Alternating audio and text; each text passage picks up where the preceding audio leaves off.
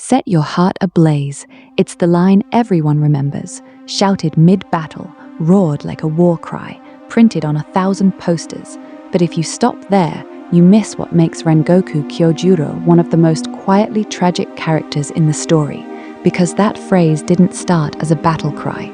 It started as his mother's dying words. He was maybe 7 years old, and in that moment, before he understood grief, before he understood what fire even meant, he inherited a responsibility he never got to choose, not a gift, a duty, handed to a child who was still too young to carry it, and who would spend the rest of his life trying to prove he was worthy of it.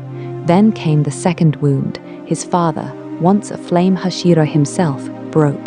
Convinced he'd failed to save his wife, he abandoned the sword, abandoned his sons, and drowned himself in bitterness. Where his mother gave him purpose, his father gave him a warning. This is what happens when the fire goes out. And so Kyojuro grew up caught between two inheritances, a mother's belief that strength exists to protect others, and a father's proof of what becomes of strength without hope. Everything about who he is can be traced back to that tension. This is the quiet tragedy underneath every scene of Rengoku laughing, every booming delicious, every over-the-top declaration of joy. His fire isn't just passion, it's rebellion, a daily, deliberate refusal to become the man his father became. Every meal devoured with theatrical delight, every training session he throws himself into, every young slayer he encourages, it's all built on the same quiet decision, made and remade every single day. I will not go numb. I will not give up. He raised himself, raised his brother too. He built his own philosophy brick by brick out of grief. Nobody taught him how to be the version of himself the world came to admire. He built it alone. That's why his warmth doesn't feel naive. It's armor, chosen, not given. Look at the other Hashira. Giyu wears silence. Shinobu wears a smile that hides fury. Sanemi wears anger like a shield. Rengoku is the only one who wears joy, loud, unmistakable, aimed outward like sunlight, meant to warm everyone standing near him even as the fire slowly consumes him. It would be easy to write him off as comic relief, the loud one, the one who yells about flavor and virtue in the same breath. But look closer.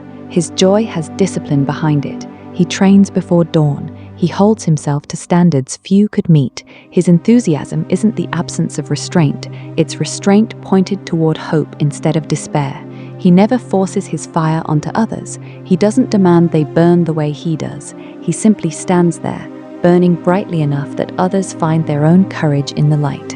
When Tanjiro doubts himself, Rengoku doesn't lecture him into confidence. He tells him plainly that the choice is his to make, and lets his own example do the rest. And then Akaza, a demon who once, tragically, might have been someone worth saving, offers him the one thing that could stop this fire from ever going out: immortality. But his strength was never about lasting forever. It was about how brightly he burned while he was here. Immortality would have been a betrayal of everything his mother taught him, and everything he chose to become in spite of his father. A fire that cannot go out isn't really fire at all. He dies not with fear, not with anger at a life cut short, but with gratitude. Gratitude that he got to protect the people on that train. Gratitude that his brief, blazing life meant something. In his final moments, he doesn't ask for more time. He simply confirms out loud that he has no regrets. And the fire doesn't end there. It passes on to his brother, to Tanjiro, to everyone who heard his roar. That, in the end, is what separates Rengoku from almost every other character in this story. He isn't remembered for what he defeated. He's remembered for what he lit in other people. He never asked to be strong. He chose to be warm. Set your heart ablaze, like if Rengoku's fire inspired you. Share with fellow Demon Slayer fans who need this reminder.